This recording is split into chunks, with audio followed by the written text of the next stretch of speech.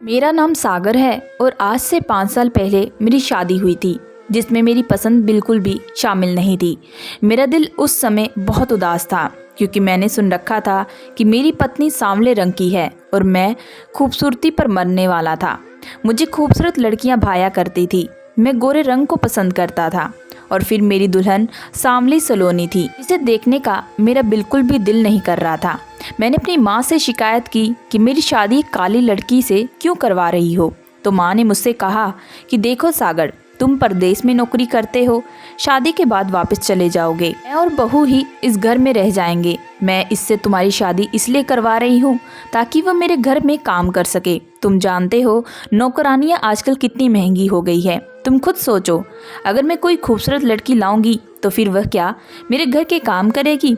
तुम उसे यहाँ पर छोड़कर जाओगे, वह घर की सफाई करेगी, बर्तन धोएगी, खाना पकाएगी और कपड़े धोएगी, घर का सारा काम करेगी। घर की पूरी जिम्मेदारी उसके सर पर डाल दूंगी तो क्या वह काम करेगी? नहीं ना।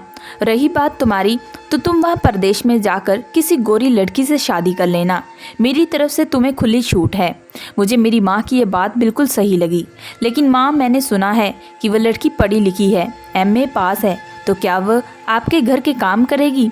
मैंने अपनी माँ से पूछा तो उन्होंने कहा कि हाँ, मैं करवाऊंगी, बस तुम जाओ अमेरिका और वहाँ जाकर शादी कर लेना।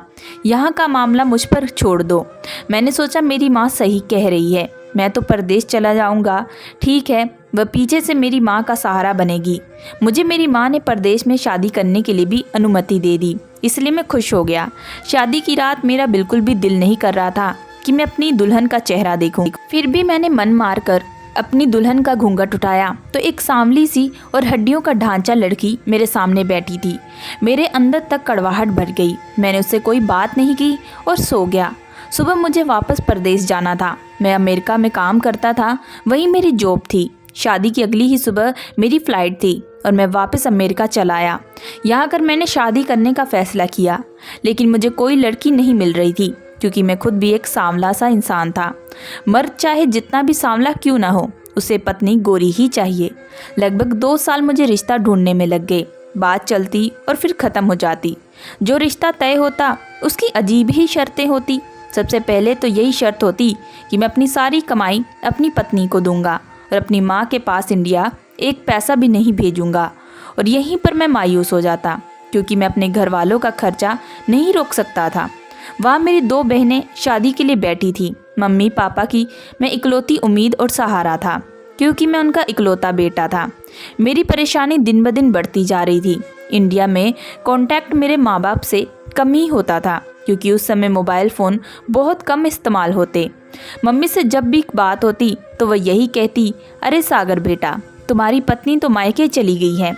अब मैं इन रोज़ रोज़ की बातों से तंग आ चुकी हूँ, इसलिए मैंने अब घर बात करनी छोड़ दी और अब 3 साल हो चुके थे। एक दिन मैं काम से वापस जा रहा था तो रास्ते में एक लड़की बैठी हुई मिली।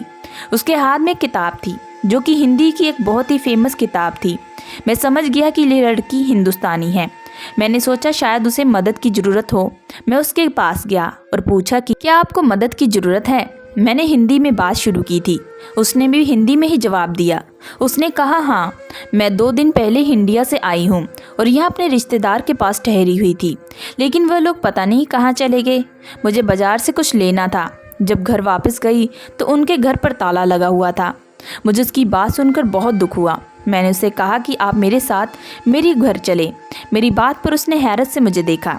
उसने अपने चेहरे पर मास्क पहना था, लेकिन उसकी हसीन काली बड़ी बड़ी आंखें दिखाई दे रही थी, जिनमें काजल के साथ हैरानगी भी भरी थी। उसकी आंखों में मैं कहीं खो गया। वह कहने लगी, मैं ऐसे कैसे आपके साथ चली जाऊं? उसके हाथ दूध जैसे सफ़ेद थे, जिन्हें देखकर मुझे अंदाज़ा हो गया था कि वह बहुत ही खूबसूरत और हसीन लड़की है। मैंने उससे कहा कि तो क्या हुआ, आप इस तरह सड़क पर रात गुजारेंगी? मेरे कहने पर वह सोच में पड़ गई। वाकई रात बहुत हो चुकी थी। वह मुझसे पूछने लगी कि आपके घर में कौन कौन है। मैंने उससे कहा कि मैं कमरे में अकेला रहता हूँ, मेरे पास घर नहीं है, सिर्फ एक कमरा है जो किराए पर लिया है। उसको सारी बातें सच सच बता दी थी। वह थोड़ी देर तक सोचती रही, फिर बोली, अगर आप अभी और इसी समय मुझसे शादी कर लो तो मैं आपके साथ चलती हूँ। उसकी बात सुनकर मैं तो हैरान रह गया। भला शादी कोई गुड़िया गुड़िया का खेल है जो अभी और इसी वक्त हो जाती? मुझे समझ में नहीं आ रहा था कि मैं क्या करूं। फिर मैंने ये सोचा कि इतनी खूबसूरत लड़की मुझे खुद शादी करने के लिए कह रही थी, और वह भी बिना किसी शर्त के। खैर, उसकी बात सुनकर मैं तो खुश हो गया था, क्योंकि मैं भी एक खूबसूरत लड़की से शादी करना चाहता था। न जाने कब से एक खूबसूरत लड़की की तलाश में था, और जब मुझे खूबसूरत लड़की मिल गई तो फिर मैं यह मौका हाथ से क्यों जाने देता। मैं उसी समय जाकर उसके साथ कोर्ट मैरिज कर ली और खुशी खुशी उसे अपने छोटे से कमरे में लेकर आ गया। इस छोटे से कमरे में चूल्हा रखा हुआ था, जहाँ पर मैं खुद खाना बनाता था। मगर आज मुझे देर हो गई, इसलिए मैं खाना नहीं बना पाया। उस लड़की ने अपना नाम मीरा बताया था। मीरा ने कहा कि मैं खाना बनाती हूँ, तब तक आप फ्रेश हो जाएं। मीरा ने बहुत ही स्वादिष्ट खाना बनाया था। मेरी तो खुशी की कोई हद ही नहीं थी। मैंने मीरा से कहा कि अब तो हमारी शादी हो गई है, अब तुम अपने चेहरे से ये मास्क हटा दो, मुझे अपना चेहरा दिखाओ, ताकि मुझे भी पता चले कि मेरी पत्नी कैसी है। मेरे कहने पर उसने अपने चेहरे से मास्क हटाया तो मैं देखकर हैरान रह गया, क्योंकि वह मेरे ख्यालों से भी बहुत ज़्यादा सुंदर थी। मैं खुश हो गया और एक हफ्ते बहुत ही खुशी से गुजारा। मैं रोज़ाना काम से वापस आता तो वह खाना पहले ही बनाकर रख देती। मैं सुबह उठता तो मेरे लिए नाश्ता तैयार होता। मेरी ज़िंदगी तो जैसे स्वर्ग बन गई थी। लेकिन एक दिन जब मैं घर वापस आया तो मुझे घर पर वह ना मिली। मुझे लगा शायद वह कहीं गई है, थोड़ी देर में वापस आ जाएगी। लेकिन मुझे एक खत मिला। उस खत में लिखा था कि उसके रिश्तेदार वापस आ गए हैं और वह अपने रिश्तेदार के पास जा रही है। खत क्या था? मेरी बर्बादी का खत था। वह पढ़कर मेरे सर पर आसमान गिर पड़ा, मेरे पैरों तले ज़मीन निकल गई। मेरे पास तो कोई पता भी नहीं था उसे ढूंढने का, लेकिन ढूंढता भी कहाँ, वह तो मुझे एक सड़क पर मिली थी। उसे ढूंढते ढूंढते 8 महीने गुजर गए, लेकिन वह मुझे कहीं ना मिली। मैं डिप्रेशन में चला गया और दिमागी मरीज बनने लगा। मैंने उसके साथ जितना समय गुजारा था वह मेरे लिए बहुत ही खूबसूरत समय था। इतने समय में ही मुझे उससे मोहब्बत हो गई थी। अब तो उसके बिना रहने का ख्याल ही डर लगने लगता। लेकिन पता नहीं क्या कारण था कि वह मुझे छोड़कर चली गई।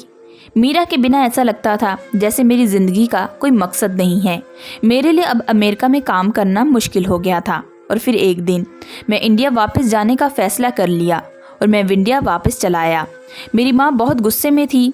मेरी माँ ने कहा कि तेरी पत्नी ने 4 साल तो यहाँ काम करके गुजारे और फिर वह तंग आ गई। कहने लगी कि तुम्हारा बेटा ना मुझसे बात करता है और ना ही यहाँ इंडिया आता है, तो भला मैं तुम्हारी सेवा क्यों करूँ? मैं तुम्हारी कोई फ्री की नौकरानी नहीं हूँ। यह कहकर तुम्हारी पत्नी अपने भाई के घर चली गई है। मैं उसे लेने गई थी, लेकिन उसके भाई ने मुझे बेइज्जत करके घर से निकाल दिया। अब तुम आ गए हो तो जाओ उसे लेकर आओ। अभी इस उम्र में मुझसे घर के काम नहीं होते। जब से वह गई है घर का काम करके मेरा और मेरी बेटियों की हालत ख़राब हो गई है। जाकर उसे लेकर आओ। मुझे अपनी पत्नी पर बहुत गुस्सा आया। वह काली कलूटी सी लड़की, उसके इतने नखरे। मैंने उससे शादी करके उसे सहारा दिया और उसके नखरे इतने चढ़ गए कि वह मेरी माँ की बेइज्जती करके चली गई। मैं उसी गुस्से में उससे मिलने के लिए उसके भाई के घर पहुँच गया, लेकिन उसके भाई ने मुझसे मिलने नहीं दिया। मैंने खूब हंगामा किया कि मुझे मेरी पत्नी चाहिए। मेरे बहुत ज़्यादा हंगामा करने पर आस पड़ोस के लोग भी इकट्ठा हो गए। फिर सबके कहने के बाद मेरी पत्नी के भाई ने मेरी पत्नी मेरे हवाले कर दी। मैं उसे लेकर तुरंत घर पर आ गया, लेकिन उस समय तो मैं बहुत ज़्यादा ध्यान नहीं दिया। लेकिन जैसे ही घर में दाखिल हुआ तो मेरी माँ की चीख निकल गई मेरी पत्नी को देखकर। अब मैंने भी अपनी पत्नी की तरफ गौर से देखा तो मेरा भी ऊपर का सांस ऊपर और नीचे का नीचे रह गया। मेरी पत्नी का पेट तो बड़ा हुआ था जैसे ही उसके पेट में 9 महीने का बच्चा हो। मेरी माँ ने खूब हंगामा किया और कहा कि यह तो चरित्रहीन लड़की है, अब यह मेरे घर में नहीं रह सकती। पता नहीं किसका पाप अपनी कोख में पाल रही है। मेरा बेटा तो 5 साल से यहाँ था ही नहीं। मैं भी देखा, मुझे भी महसूस हुआ कि हाँ वाकई वह प्रेग्नेंट है। मैं भी उस पर चीखना चिल्लाना शुरू कर दिया। उसे बदकिरदार चरित्रहीन कहकर घर से निकालना चाहा और उसका हाथ पकड़ उसे खींच कर घर से बाहर निकालने भी लगा तो वह मेरे कदमों में बैठ गई। सागर, मैं कसम खाकर कहती हूँ कि यह बच्चा आपका है। अगर आपको मेरी बात पर विश्वास नहीं तो बच्चा पैदा होने के बाद DNA टेस्ट करवा लेना। कुछ दिन के बाद ही मेरी डिलीवरी की डेट है। मुझे डिलीवरी तक समय दे दो। दूध का दूध, पानी का पानी हो जाएगा। जब मैं 5 साल से यहाँ था ही नहीं, यह मेरे बच्चे की माँ कैसे बन सकती है? तो यह तो साफ है कि तुम्हारे पेट में पलने वाला बच्चा नाजायज़ है। यह मेरा बच्चा नहीं है। लेकिन मेरी पत्नी बार बार मुझसे थोड़ा सा समय मांग रही थी, जिस पर मेरी माँ ने कहा कि चलो ठीक है, इसे थोड़ा समय दे दो। मैंने अपनी माँ से कहा कि माँ, यह कैसे हो सकता है? मैं तो पिछले 5 साल से अमेरिका में रह रहा हूँ, फिर ये बच्चा कैसे हो गया? माँ ने मुझे समझाया, मोहल्ले में तमाशा बन जाएगा, इसलिए तुम चुप रहो। क्या फ़र्क पड़ता है? इसके डिलीवरी में कुछ ही समय बाकी है। बच्चा पैदा होते ही हम DNA टेस्ट करवा लेते हैं, सब सच सामने आ जाएगा। और अगर ये बच्चा तुम्हारा नहीं निकला तो फिर हम इसके भाई से कहेंगे कि अगर अपनी बहन की शादी बचाना चाहते हो तो हमें 20 लाख रुपए दो, क्योंकि तुम्हारी बहन एक चरित्रहीन लड़की है और उसके पेट में किसी और का बच्चा है, और यह तो DNA टेस्ट से साबित हो ही जाएगा कि ये बच्चा तुम्हारा नहीं है। फिर हम उन लोगों को ब्लैकमेल करके उनसे खूब पैसे लेंगे। मुझे विश्वास है कि इसका भाई अपनी इज्जत बचाने के लिए पैसे जरूर दे देगा। मेरी माँ ने मुझे ये पट्टी पढ़ाई तो मैं भी सोच में पड़ गया। मैंने उसे घर कर लिया और डिलीवरी का इंतज़ार करने लगा। यहाँ तक कि डिलीवरी का दिन भी आ गया और मेरी पत्नी ने एक बेटे को जन्म दिया।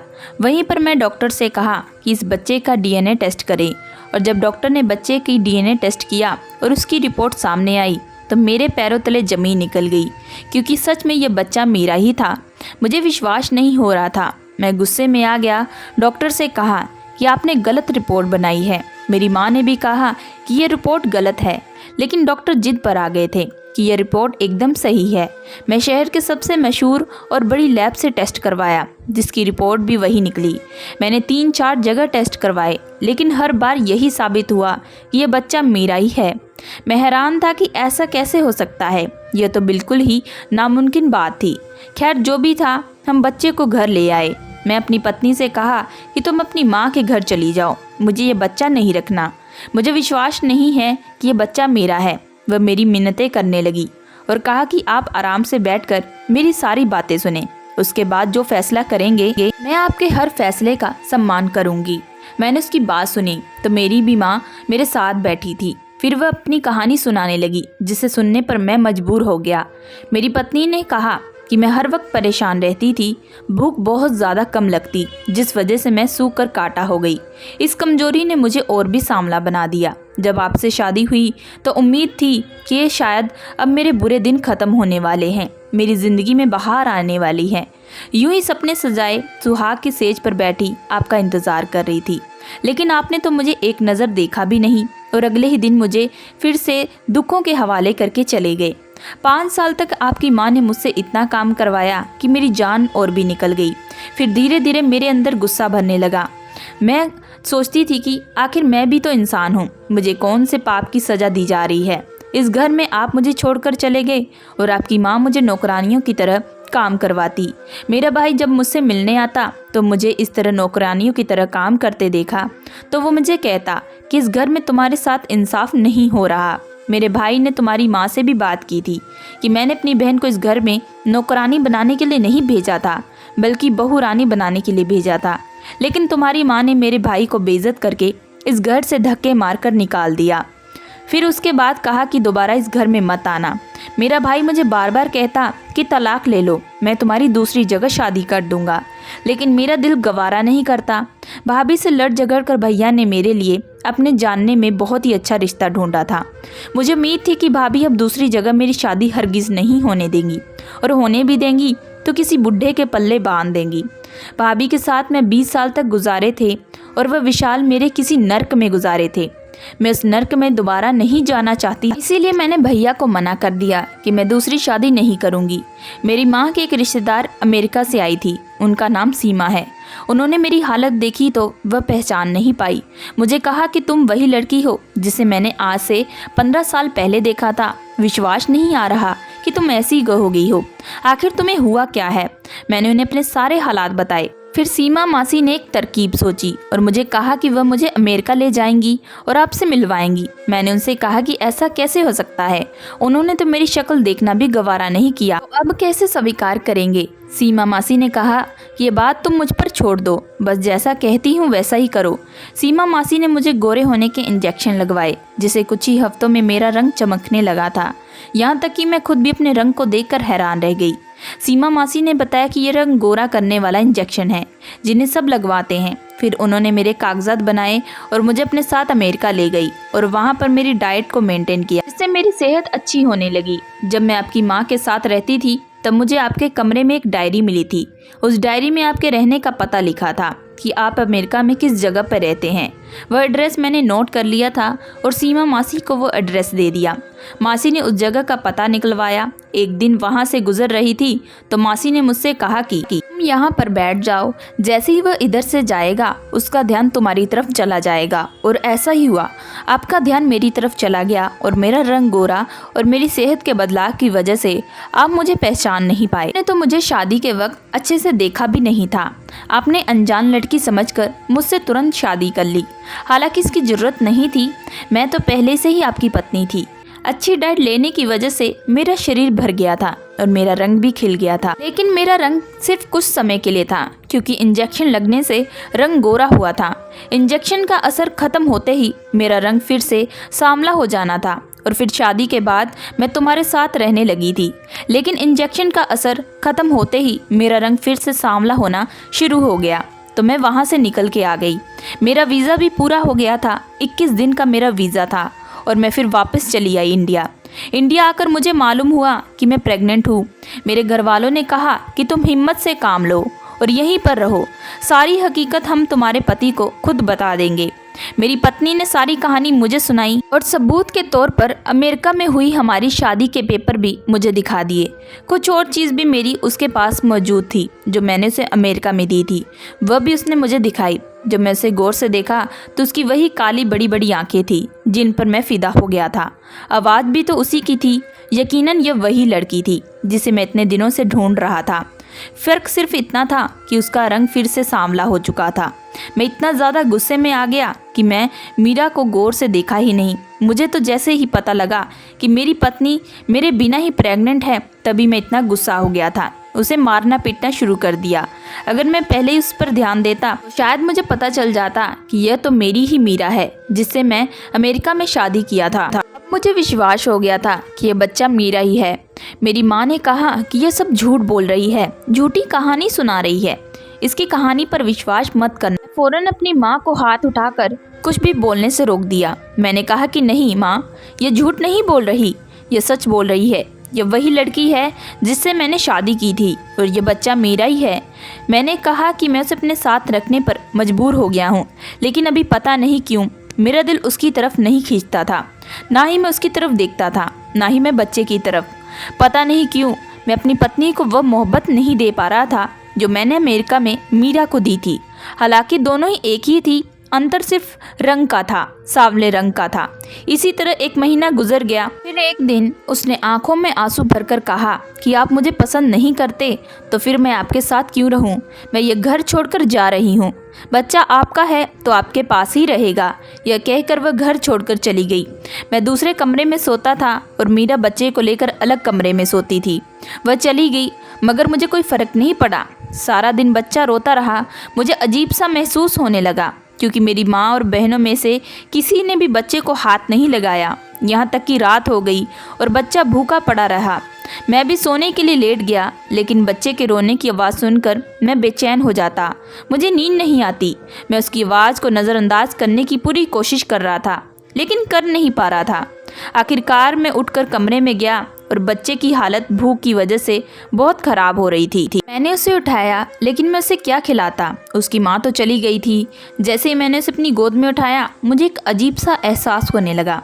ऐसा लगा कि जैसे इस दुनिया में मेरा भी कोई अपना है। लेकिन अगले ही पल मुझे एहसास हुआ कि मेरा बच्चा बहुत भूखा है। मैं उसी समय उसे डॉक्टर के पास ले गया और मैंने डॉक्टर से कहा कि डॉक्टर साहब, बच्चे के लिए कुछ बताइए क्योंकि बच्चा बहुत ही भूखा है और बच्चे की माँ इस समय घर पर नहीं है। डॉक्टर ने मुझे डिब्बे वाला दूध लिख कर दे दिया। मैंने फ़ौरन दूध लिया और घर आया। फीडर में दूध बनाकर उसे पिलाया। बच्चे को आराम आ गया और मैंने उसे अपने साथ ही सुला लिया। रात में थोड़ी थोड़ी देर के बाद वो जागता रहा और मैं उसके लिए दूध बनाता रहा और उसे पिलाता रहा।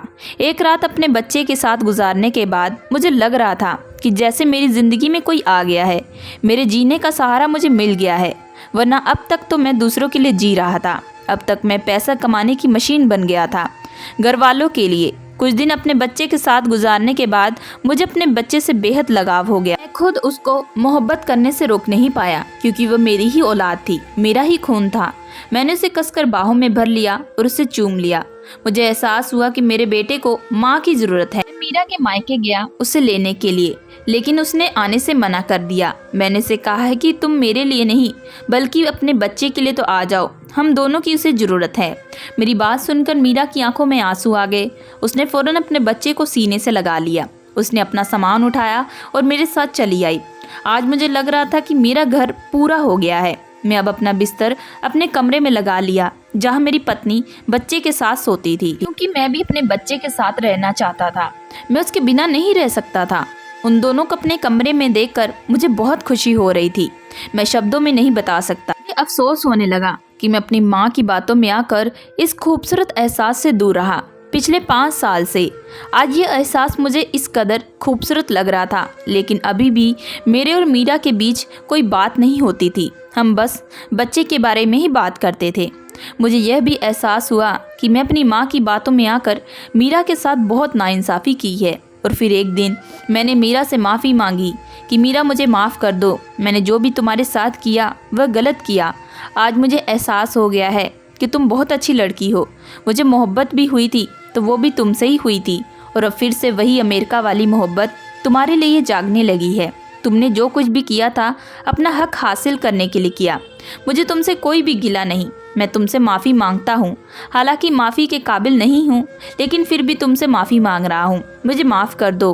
मैं मीरा के सामने हाथ बांध कर बैठ गया कि मुझे माफ़ कर दो। उसकी आंखें भर आई। उसने मुझे फ़ौरन माफ़ कर दिया। मैंने मीरा से कहा कि मैं तुमसे वादा करता हूँ कि आज के बाद तुम्हें कोई दुख नहीं दूंगा और तुम्हारा ख्याल रखूँगा। मेरी ये बात सुनकर वह खुशी से खिल उठी। मैंने उसे वादा किया कि मैं तुम्हें अलग घर में रखूँगा, मगर उसने मना कर दिया। कहने लगी, मुझे अलग घर नहीं चाहिए, मैं यहीं पर खुश हूँ। मुझे बस आपकी मोहब्बत चाहिए, तो मुझे मिल गई है। मुझे घर की कोई इच्छा नहीं है और माँ बाप से बेटे को अलग करके मुझे कोई खुशी नहीं मिलने वाली। मैं ऐसा नहीं कर पाऊँगी, मीरा ने कहा। तो उसकी ये बात बाहर दरवाजे पर खड़ी मेरी माँ ने सुन ली और उनकी आंखें भर आई। वह कमरे के अंदर आई और मीरा से अपने किए की माफ़ी मांगने लगी। मीरा, मुझे माफ़ कर दो। मैंने तुम्हारे साथ बहुत गलत बर्ताव किया और आज भी तुम हमें छोड़कर जाने को तैयार नहीं हो, हालांकि तुम्हें इस बात का हक था। आज के बाद तुम मेरी बहू नहीं बेटी हो। मेरी माँ ने मीरा को गले लगाते हुए कहा। तो उस समय मुझे लगा कि मेरी दुनिया सच में आज पूरी हो गई।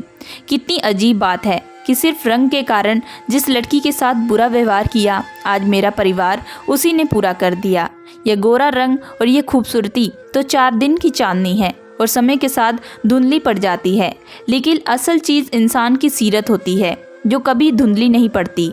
दोस्तों, मैं आशा करती हूँ कि आप लोगों को ये कहानी पसंद आई होगी। अगर आप लोगों को ये कहानी पसंद आई है तो प्लीज़ हमारे चैनल को लाइक एंड सब्सक्राइब जरूर करिएगा एंड बेल आइकन का बटन जरूर दबाइएगा।